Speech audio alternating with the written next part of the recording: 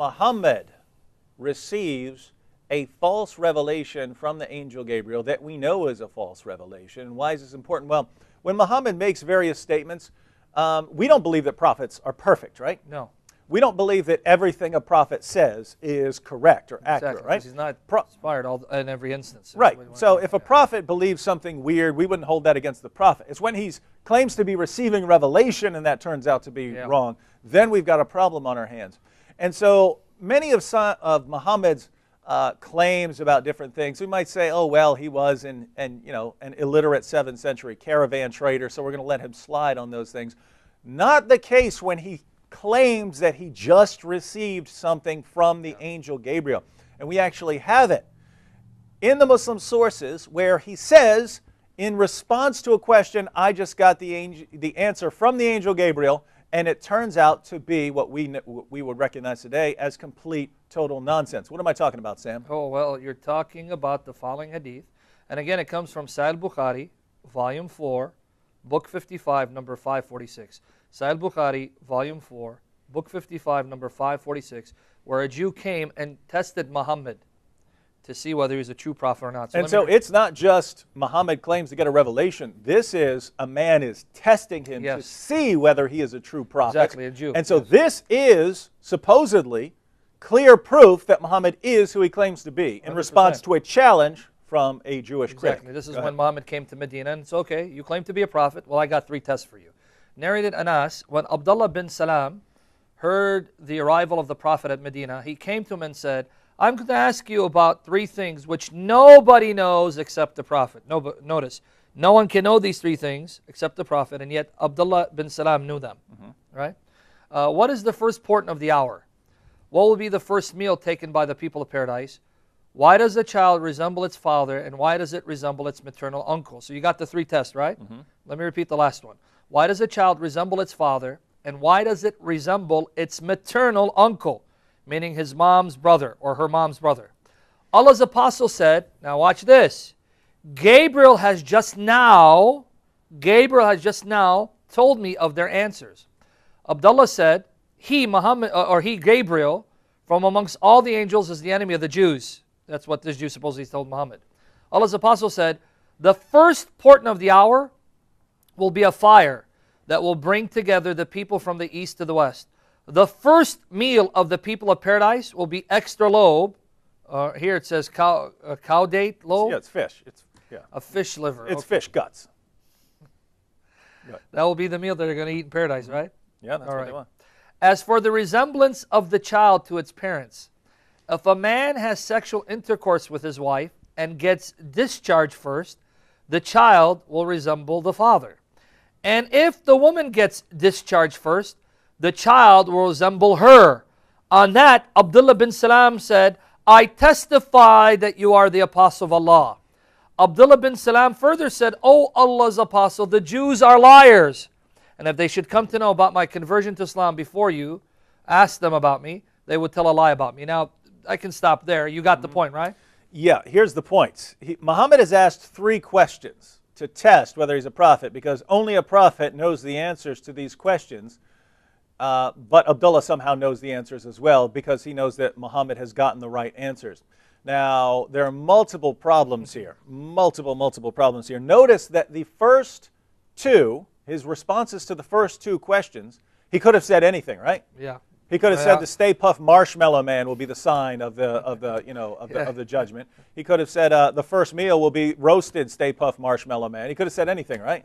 He could have said anything. It hasn't happened yet, so there's no way to say, aha, you are a prophet because you've given the correct answer. So he's asked, what's a sign, about a sign of something that's going to occur. Hasn't happened yet, so Muhammad speaks confidently. I know what it is. It's a fire that unites the east and the west.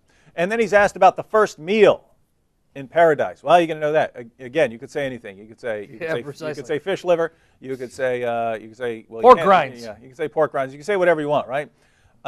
So these offer no indication whatsoever that Muhammad is a prophet. You could say anything. There's no way to count that as disconfirmation until it actually happens.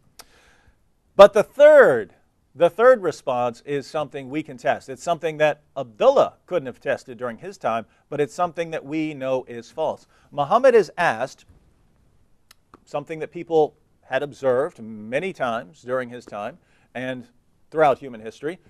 Sometimes you have a child, and sometimes it resembles the father's side of the family, and sometimes it resembles the mother's side of the family, right? I mean, it could be, it could be kind of dead even, where it has features of the father and the mother. My son Luke looks like a carbon copy of me when I was his age, right? My son Blaze looks very different. But he does look like my mom's side of the family. They're all blonde haired, blue eyes, and so on. My son Reed looks like my wife. And so sometimes children resemble different parents and different family members. Well, Muhammad is asked about this. If you're a prophet, tell us why. And Muhammad specifically says, Gabriel gave me this answer. That's important. Gabriel told me the answer, right? So Muhammad's not saying, this is what I think. I'm just an illiterate 7th century caravan trader, but I'm going to give you an answer. Muhammad says, this comes from God through the angel Gabriel. And his response is, men and women both have discharge. And according to the Muslim sources, it's not just men who produce semen, it's women who produce semen as well, the right? Liquid of the woman. Yes, and the two liquids mix together, right? And then, of course, after staying in that way as a drop of semen for a while, it eventually becomes a blood clot and so on. This is getting into other 40 sources. Days, 40, So, and by the way, we know all of this is wrong, other than the idea that semen has something to do with human reproduction. Muhammad gets everything wrong, right? Everything he could possibly get wrong, he gets wrong. But his response is that men have semen and women have semen too. But men discharge their semen during sex. But according to Muhammad, women discharge theirs too. And sometimes the man discharges his first, and sometimes the woman discharges hers first. Whoever discharges first, whoever semen comes out first, that's who the child is going to resemble. That's exactly what he says, right? Yeah, 100%. That's Muhammad. Now that is total nonsense. Women have an egg. And it's released a long time. It's released a long time before the man has his discharge inside the woman, because the egg has to travel. The egg has a lot of traveling to do before it eventually gets to a place where the semen can fertilize it. So children should always resemble the woman. And let me explain it differently, right? Women don't have a discharge that's similar to men, right? So Muhammad's just totally wrong there. The only way to try and reconcile this would be for a Muslim to say, oh, it really means the egg. It really means the egg, which is what the woman contributes to the process. Well, if you're talking about the egg that isn't released during sexual intercourse. The egg has already been traveling, right? The egg's been traveling for days. So the only way you could try and reconcile that would be that's what the female's discharge is. It's the egg. But if that's the case, then all children should always resemble their mother 100%. Exactly. Is that the case? No. And here's the point. What Muhammad said from a scientific perspective is total, utter nonsense. I mean, he couldn't be more wrong if he tried. He was totally wrong, and he claimed to get that from the same source that he gets the Quran from. So the same source I'm getting the Quran from just told me the answer to this question, and his answer is totally wrong, ladies and gentlemen. And we know it's wrong. It's factually false. It's not my opinion. It's not, well, I think Muhammad's a false prophet or something like that. It's something we can know and test and prove that he is wrong about. And so if you continue believing him, guess what? This was to prove that he is a true prophet. This was in response to a challenge. If you're a true prophet, you'll know this. Muhammad says, I accept the challenge. Gabriel told me the answer, and he's wrong. And he's wrong. So guess what? He failed that test. He failed the test of prophethood, and he is not a prophet.